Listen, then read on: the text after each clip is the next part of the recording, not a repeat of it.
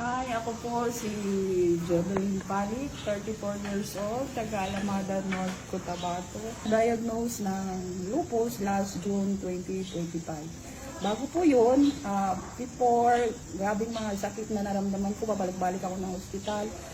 Bago namin na test na lupus talaga yung sakit ko. Maraming symptoms na lumabas sa katawan ko, tulad ng parang sunog yung mukha ko, yung labi ko, hindi ako makakain, may tonsil ako. Yung labi ko, matagal na wala. Yung mga 1 month siguro na wala yun kung hindi ako nakainom nito. Mga 1 month kasi hindi ako makakain ng maayos. Sabaw, wala nga pwede kong kainin.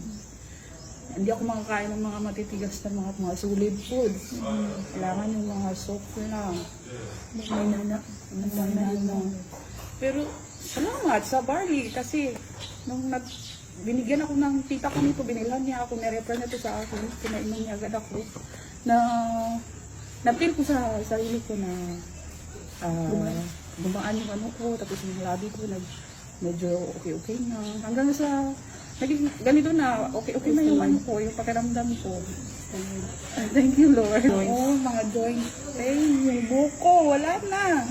Nalagas na. Pati yung mga katawan ko, yung likod ko, masakit. Hindi ako makalakad ng maayos. Napakalaging tulong talaga sa atin itong amazing barley. Pero sa 2 weeks ago, 5 ka-box sa naubos ko na ito. Oh, no. Ay, wala pa eh. Hanggang karoon pala ako nainom eh. Oh. Sila pa kaadlaw. Oh, wala pa. Pa na ako naurat. Sobrang mga 3 pa lang. 3 ka box pa lang. Ano ako dyan. Wala po. Ano, good ka, amazing. Ang atong barley. Wow! Yan siya, pamati mo dyan. Ay, okay na ako. Salamat din ko sa barley. Mm-hmm. Ay, ako itong tabang ang barley sa kuha. Kaya wala ko nag-barley. I-admit ko ka ito dyan. Ay, hindi ko man. God is good. God is good. Yeah. Dyan, padayon dyan, ha? Yeah. I hope to see you again soon. Okay na, kayo ka dyan. Yeah. Hopefully.